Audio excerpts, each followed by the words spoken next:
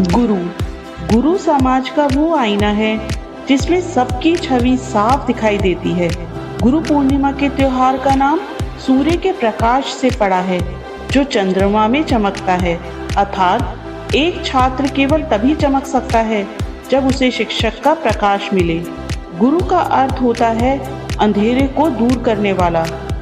गुरु शिष्यों के जीवन में अंधकार को दूर करते हैं और उजाले से भर देते हैं। एक गुरु हमारा शिक्षक, मेंटोर, गाइड, सहायक और सारथी होता है।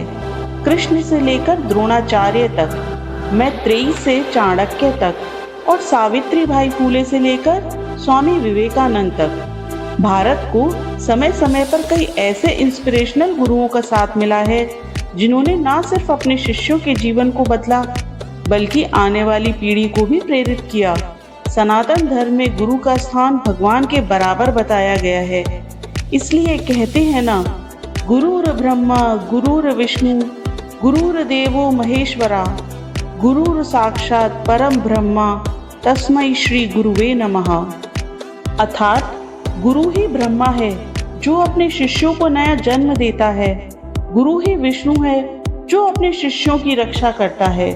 गुरु ही शंकर है। गुरु ही साक्षात परम ब्रह्मा है क्योंकि वह अपने शिष्यों के सभी बुराइयों और दोषों को दूर करता है। ऐसे गुरु को मैं बार बार नमन करती हूँ।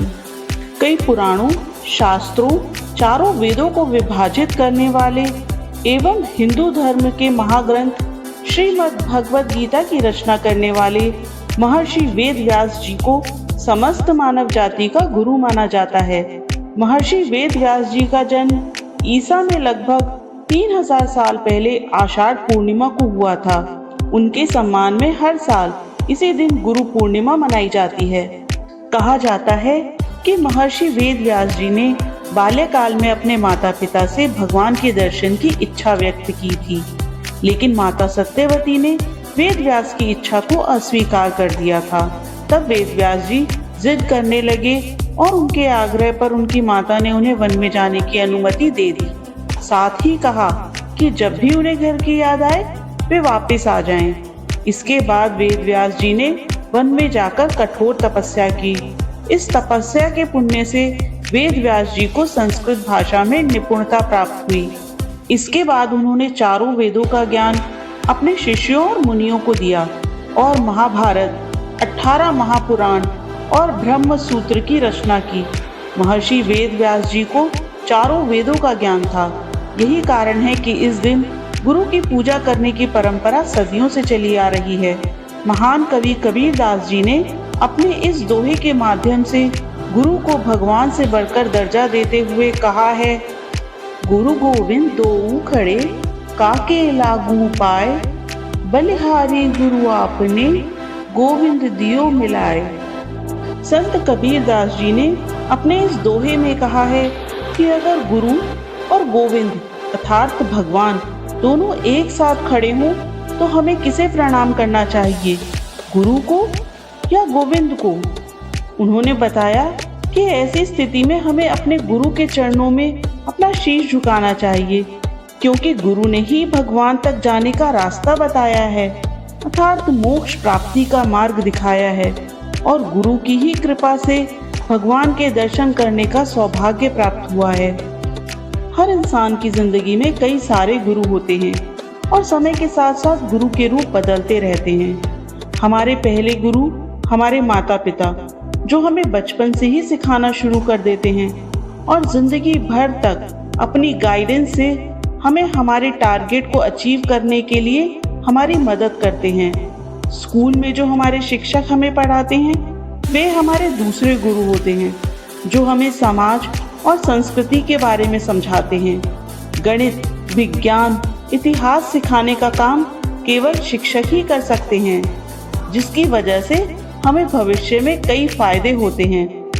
गुरु ही हमें जिंदगी की हर चुनौती का सामना करना सिखाते हैं। गुरु की वजह से ही हम एक काबिल इंसान बन सकते हैं और समाज के लिए कुछ बेहतर कर सकते हैं। मिट्टी जब गीली होती है तभी उसे देखकर कोई बता सकता है कि उससे क्या बन सकता है। अगर उस मिट्टी का सही से इस्तेमाल ना किया जाए तो वह कुछ भी काम की नहीं होती, उसका समाज में कोई महत्व नहीं होता। वह केवल मिट्टी ही बनकर रह जाती है और लोगों के पैरों के तले कुचली जाती है। मगर जब कोई कुम्हार उस मिट्टी को गीला करके उसे अपने हाथों से कोई आकार देता है, तो वही मिट्टी एक मटके का रूप लेती है और समय आने पर किसी प्यासे इंसान की प्यास बुझाने का काम करती है। ठीक उसी तरह का काम हमारे जीवन में गुरु का होता है। गुरु हमें अपने लक्ष्य तक पहुंचने के लिए मार्गदर्शन करते हैं और जब तक हम अपने लक्ष्य को हासिल नहीं कर लेते, तब तक वह हमारा मार्गदर्शन करते रहते हैं। गुरु के बिना किसी भी व्यक्ति का जीवन बिना नाविक की नाव की तरह होता है। जिस तरह बिना नाविक की नाव दिशाहीन होकर चलती रहती है या फिर बेसहारा भंवर में फंस जाती है, ठीक उसी तरह बिना गुरु के मनुष्य जीवन रूपी भंवर में फंसा रहता है और दिशाहीन हो जाता है। उसे यह कभी ज्ञात नहीं होता कि उसे किस तरफ जाना है। तो आइए हम सब साथ मिलकर दुनिया के सभी गुरुओं का आभार व्यक्त करते हैं। माँ बाप की मूरत है गुरु, कलयुग में भगवान की सूरत है गुरु। गुरु पूर्णिमा के दिन सब गुरुओं का आभार। आओ गुरु पूर्णिमा पर सब मिलकर करें अपने गुरु को प्रणाम। तो चलिए मिलते हैं इसी के साथ अगली वीडियो में। Thanks for watching.